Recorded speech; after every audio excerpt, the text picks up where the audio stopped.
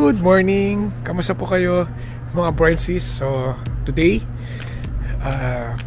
is the first day na babagsak yung snow. So according to sa forecast na ngayon ay start ng winter snow. Actually ngayon is kulimlim na. Pakita ko lang. Yes, it's makulimlim na siya. And medyo mahangin na. So kagaling ko lang sa paghatid sa aking asawa, sa aking mga anak. Ngayon galing pa ako night shift. So kung nakita nyo yung mga previous vlog ko, so yun talaga yung routine namin. So medyo may konting adjustment lang. So kailangan mas maaga ng konti kasi ang preparation ngayon is may mga winter jacket na kailangan i-prepare. And syempre hindi lang winter jacket, so mag winter pants, so kailangan magdoble na sila ng susuotin. So yun yung preparation namin. And pag may sasakyan ka, dapat prepare ka na rin. So yung nabanggit ko before na magpapalit na ako ng car mat. So share ko lang. So yan, naka ano na siya, winter mat. Pasensya na at madumi. And then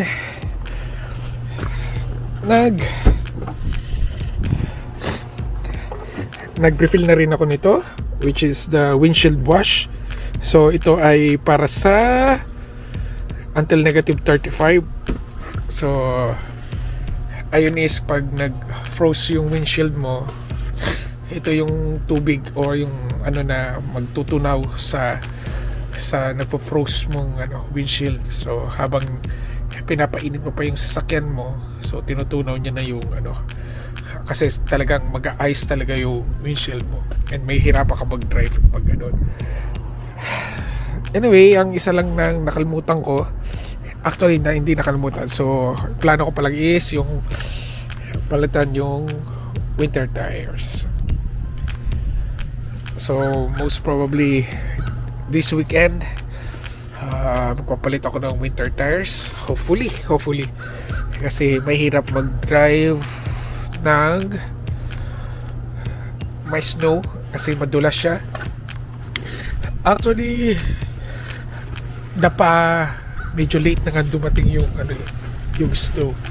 Last year medyo maaga naman dumating, so mga second week or third week na October nag-snow na. So ngayon it's November 10, so ngayon pa lang mag-i-start mag-snow. Several days later.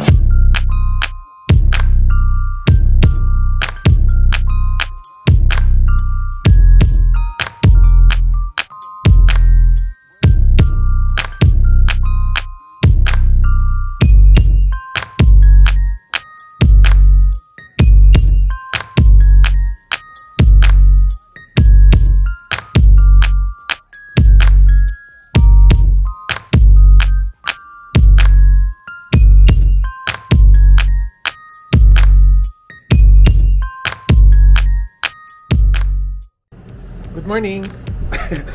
Today's day 3 nung nag-start yung snowfall. So kahapon maraming pumatak na naman ng napakadaming snow, walang tigil. Tumigil lang siya mga few hours, then bumagsak na ulit. So ngayon 7 o'clock in the morning, today is Sunday. Ngayon magpapala ulit tayo. Kasi the reason is ako personally hindi ayoko naiipon yung snow kasi dito kasi sa Winnipeg, based sa experience namin, kapag maraming snow, after that medyo babagsak yung lamig. So magiging -10, -12, something like that. So kapag hindi ka nagpala, titigas yung snow, mas mahihirapan kang gumamit ng snowblower or mahirap siyang palahin kung matigas siya. So ako, kapag kaya naman yung lamig, lumalabas ako para magpala. So ngayon 7 o'clock, hindi ako mag-snowblower ngayon kasi medyo maingay, and then maaga pa at marami pang natutulog. Lagay ko ito. Yun. And nag-prepare ako ngayon. Meron ako yung parang, ano tawag dito? Parang siyang cycling, pero nakalimutan ko yung tawag. Basta parang hindi ka lamigin. And then ito yung winter pants.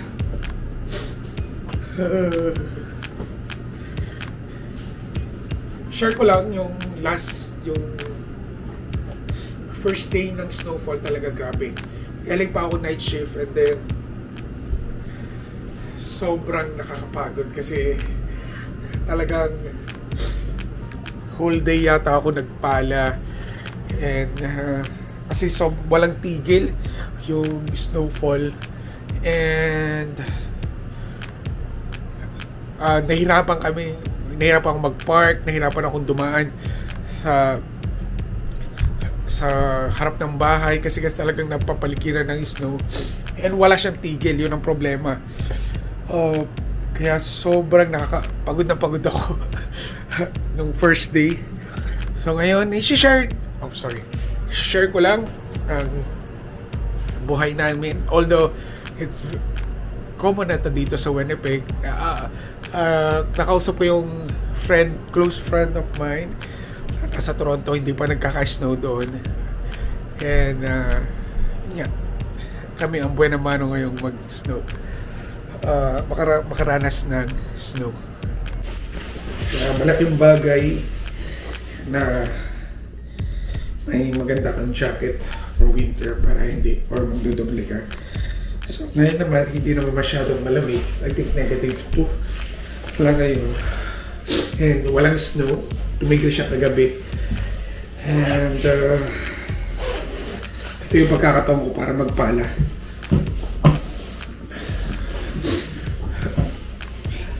So huwag kalimutan to para hindi sumobra yung lamig mo, yung hindi ka sinisip. And hindi mo magshoot na boots, winter boots, kailangan yan para maprotektahan naman yung paa mo. Ito.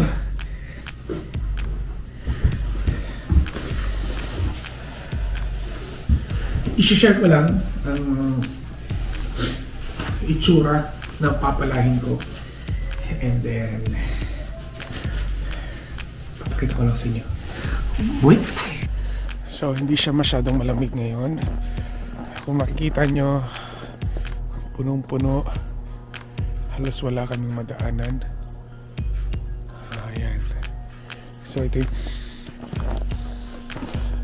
papalahin ko hanggang dito, and then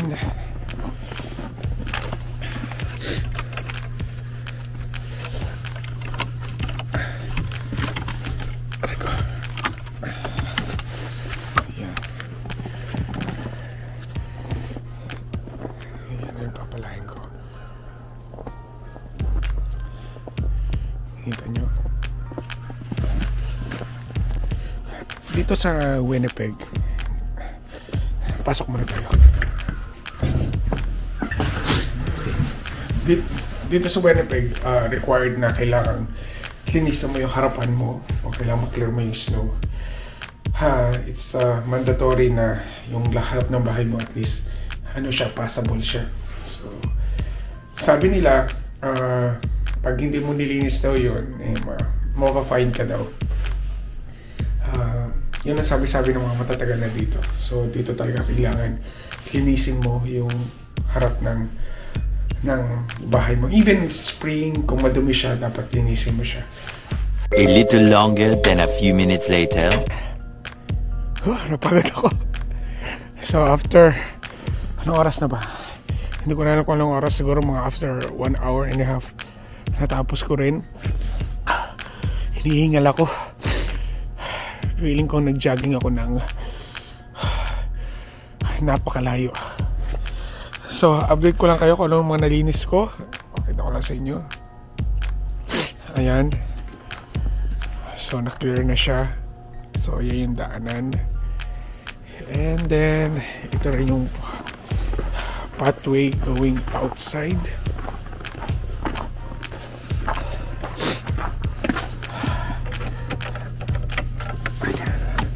Ayan, linis ko na rin.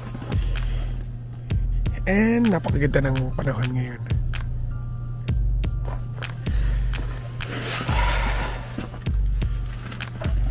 So maaraw ngayon.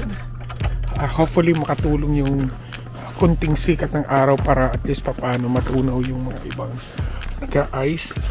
So one thing na ayoko lang kapag ganito is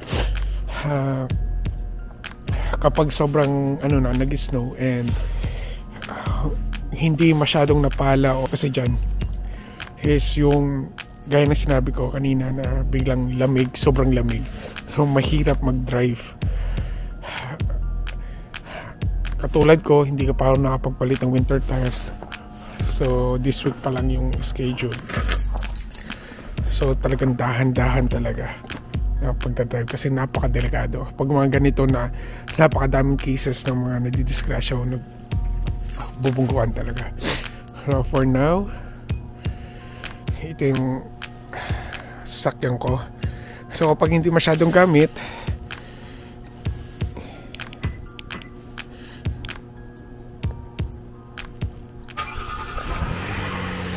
so kailangan ko lang paandarin siya kasi medyo tumigas na yung yelo dito. So kailangan kahit papaano matunaw siya kasi hindi naman namin gagamitin siya today, wala kaming lakad. So kahit papaano ay makatulong yung so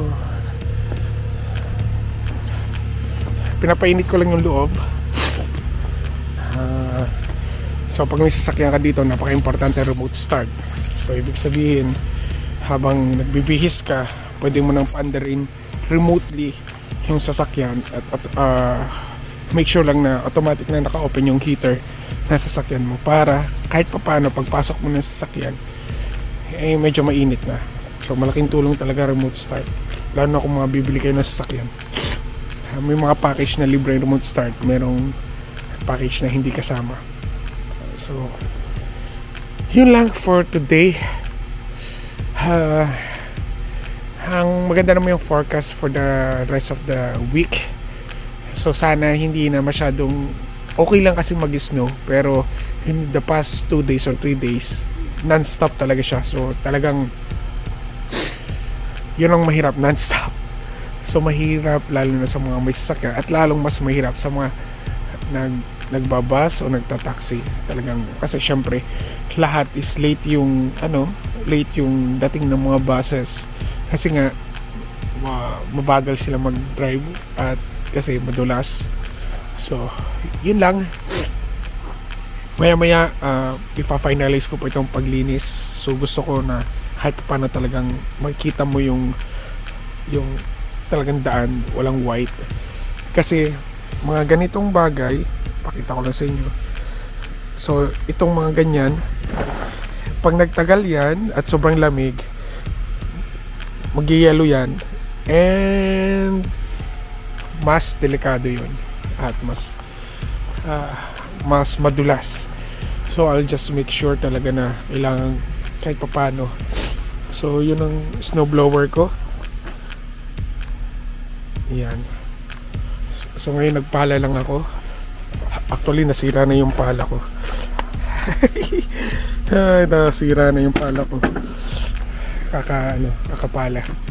So hinahayaan ko lang yung bukas and automatic na after 10 minutes automatic mamamatay na yung sasakyan. So just to make sure lang talaga na nagano. Yan nagtutunaw na siya. Taran! Ito nagtutunaw na. Ayan. So sobrang nag-freeze siya. Ayan, natutunaw na. See? Ang hirap magbukas dahil nagyayelo. Ayan. So dapat mayroon kang ganito, pangkuskus dito sa nagyayelo. And ito naman ay pangtanggal ng snow sa windshield.